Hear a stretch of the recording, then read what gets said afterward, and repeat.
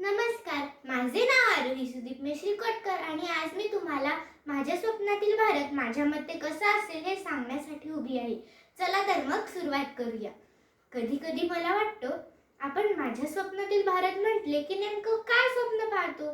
मोठे रस्ते, मोठ्या गाड्या, मोठ्या इमारती. हो, प्रगती हवीच, पण माझ्या स्वप्नातील भारताची खरी ओळख ही इमारतींच्या उंचीने नाही तर त्याच्या माणसाच्या विचारांच्या उंचीने असेल. एखाद्या माणसाची किंमत त्याच्याकडे किती पैसा आहे यावरून ठरणार नाही. एखादा गरीब आहे म्हणून त्याच्याकडे दुर्लक्ष होणार नाही आणि एखादा मुलगा गावातला आहे म्हणून त्याच्या स्वप्नांना छोटं मानलं जाणार नाही. एखादी मुलगी आहे म्हणून तिच्या स्वप्नांना मर्यादा घातल्या जाणार नाही. तू हे करू शकत नाहीस असं म्हणण्याआधी तुला हे करून पाहायचे आहे का असं विचारलं जाईल. आणि हो, माझ्या स्वप्नातील भारतात आणखी एक गोष्ट मला हवी आहे. चूक केली तर माणसाला संपवणारा समाज नको, तर चूक समजावून पुन्हा उभं करणारा समाज हवा. कारण प्रत्येक यशस्वी माणसाच्या मागे त्याला पुन्हा प्रयत्न करू देणारा कोणीतरी असतोच. माझ्या स्वप्नातील भारतात मुलांना परीक्षेत किती गुण मिळाले यावरून मोजले जाणार नाही. कोणी चित्र काढत असेल, कोणी गाणं म्हणत असेल, कोणाला शेती आवडत असेल तर त्याच्या त्या गुणालाही तितकाच मान मिळेल. कारण प्रत्येक मुलगा हा पहिल्या येण्यासाठी जन्माला आलेला नसतो, पण प्रत्येकात काहीतरी खास असतो आणि त्या खास गोष्टीला शोधून काढणारा भारत म्हणजेच माझ्या स्वप्नातील भारत. गुणांची मोजदाद फक्त गुणपत्रिकेवर नको, गुणांची मोजदाद फक्त गुणपत्रिकेवर नको. प्रत्येक मुलाच्या स्वप्नाला छोटं मानायला नको, प्रत्येक मुलाच्या स्वप्नाला छोटं मानायला नको. कुणी डॉक्टर, कुणी कलाकार, कुणी शेतकरी होईल यांच्या वेगवेगळ्या स्वप्नातूनच भारत पुढे जाईल, भारत पुढे जाईल. माझ्या स्वप्नातील भारतात मतभेद असतील पण मनभेद नसतील. आपण एकमेकांना सहमत नाही याचा अर्थ आपण एकमेकांचा अपमान करू असे होणार नाही. कारण मला असा भारत हवा आहे जिथे माझे मत वेगळे आहे याचा अर्थ तू माझा शत्रू आहेस असा घेतला जाणार नाही.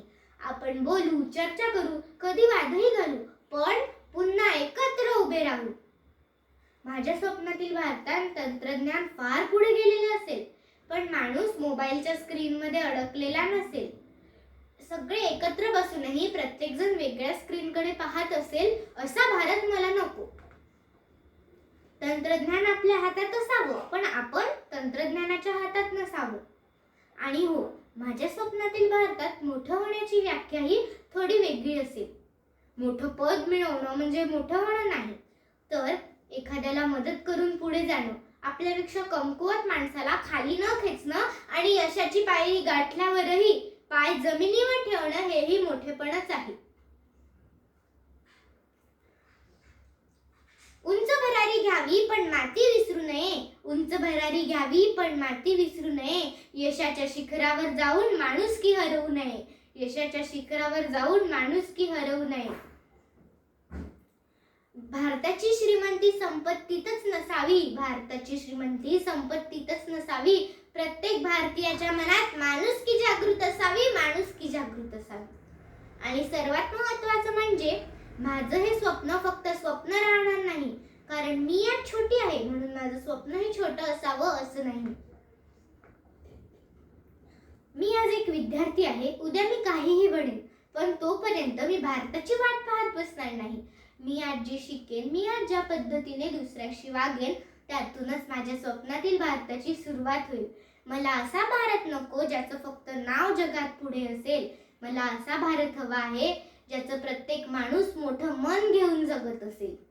नकाशावर भारत एक आहे हे जगाला दिसतंच, पण माझ्या स्वप्नातील भारतात लोकही मनाने एक असतील. म्हणूनच माझ्या स्वप्नातील भारत हा फक्त जगात सर्वात पुढे जाणारा देश नाही, तर असा देश जिथे पुढे जाताना कोणालाही मागे सोडले जाणार नाही.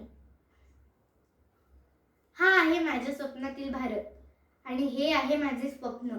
पण हे स्वप्न फक्त मी खरे करायचे नाही, हे स्वप्न आपल्या सर्वांना मिळून खरे करायचे आहे. जय हिंद. धन्यवाद.